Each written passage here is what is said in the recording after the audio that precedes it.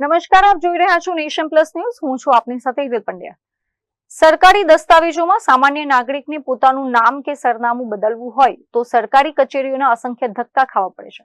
પરંતુ પાટણ જિલ્લાના હારીજ શહેરમાં એક એવો અજીબોગરીબ અને ચોંકાવનારો કિસ્સો સામે આવ્યો છે, જ્યાં કોઈ પણ જાતના સરકારી ઠરાવ કે મંજૂરી વિના આખા વિસ્તારનું નામ જ બદલાઈ ગયું છે. પાટણ જિલ્લાના હારીજ તાલુકા મથકે આવેલો ઝાપટપુરા એક એવો વિસ્તાર છે જ્યાં વર્ષોથી હિન્દુ અને મુસ્લિમ સમાજના લોકો એકતા અને ભાઈચારા સાથે વસવાટ કરે છે. સરકારી ચોપડે પણ આ વિસ્તારનું સત્તાવાર નામ ઝાપટપુરા જ નોંધાયેલું છે. પરંતુ છેલ્લા કેટલાક સમયથી અહીંના રહીશો જ્યારે પોતાના રેશન કાર્ડ અને ઓળખપત્રો જુએ છે ત્યારે તેમના હોશ ઉડી જાય છે. આ દસ્તાવેજોના સરનામામાં ઝાપટપુરાના સ્થાને ઇસ્લામપુરા લખાઈને આવી રહ્યું છે. આશ્ચર્યની વાત એ છે કે હાલમાં જ આ વિસ્તારમાં ઇસ્લામપુરા સરનામું ધરાવતા અસંખ્ય રેશન કાર્ડ બની ગયા છે, જ્યારે મૂળ નામ ઝાપટપુરા ધરાવતા માત્ર ગણ્યા ગાંઠ્યા કાર્ડ જ બચ્યા છે. સરકારી ગેજેટમાં કોઈ ફેરફાર થયા વિના કે નગરપાલિકા કે વહીવટી તંત્રના કોઈ પણ ઠરાવ વિના આ ફેરફાર કેવી રીતે થયો તે વહીવટી તંત્રની વિશ્વસનીયતા સામે મોટા સવાલો ઉભા કરે છે.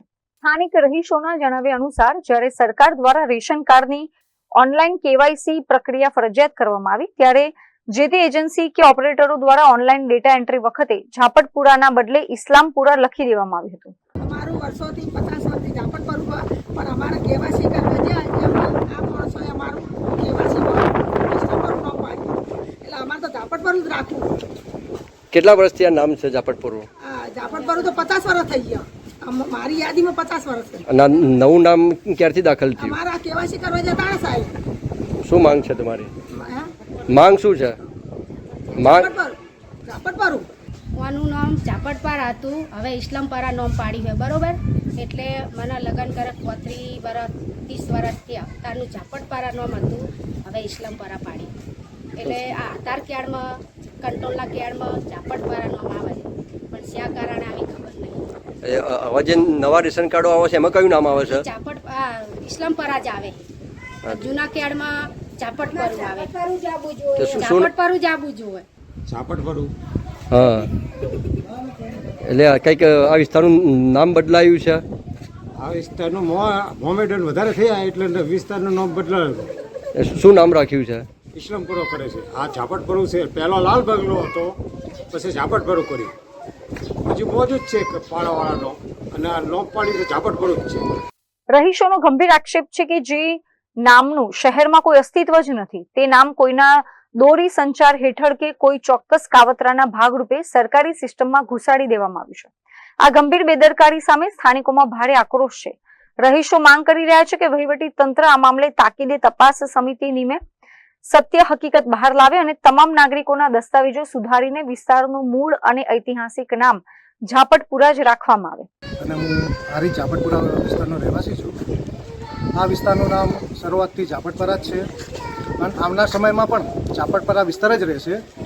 કોઈ જગ્યાએ એવું સાંભળવામાં આવેલું છે કે કોઈ આધાર કાર્ડની અંદર ઇસ્લામપુરા નામ લખવામાં આવેલું છે, અને એ અમે અમારા પ્રયત્નોથી સુધારી નાખશું. અને આવનાર સમયની અંદર અહીંના હિન્દુ અને મુસ્લિમ બંને સાથે મળીને મામલતદારને અમે એ આવેદનપત્ર પણ આપીશું કે આ નામની અંદર જે એરિયાનું નામ જે બદલ્યું, એવું કહેવું છે જે બદલાણું છે એ હકીકતમાં બદલાણું છે કે નહીં, અને જો બદલાણું હોય તો આ નામ બદલી અને ઝાપટપુરા જે છે એ જૂનું નામ ઝાપટપુરા જ રાખવા અમે આવેદનપત્ર પણ થોડી સમયની અંદર આપીશું. સરકારી દસ્તાવેજોના અંદર ઇસ્લામપુર આવ્યું છે. આજે પણ સરકારી દસ્તાવેજોની અંદર ઝાપટપુરા જ બોલે છે, અને નગરપાલિકાની અંદર ઝાપટપુરા વિસ્તાર જ બોલે છે. તેમજ અમારા જે પ્રોપર્ટી કાર્ડ છે, જૂના દસ્તાવેજો છે, એની અંદર પણ ઝાપટપુરા જ બોલે છે.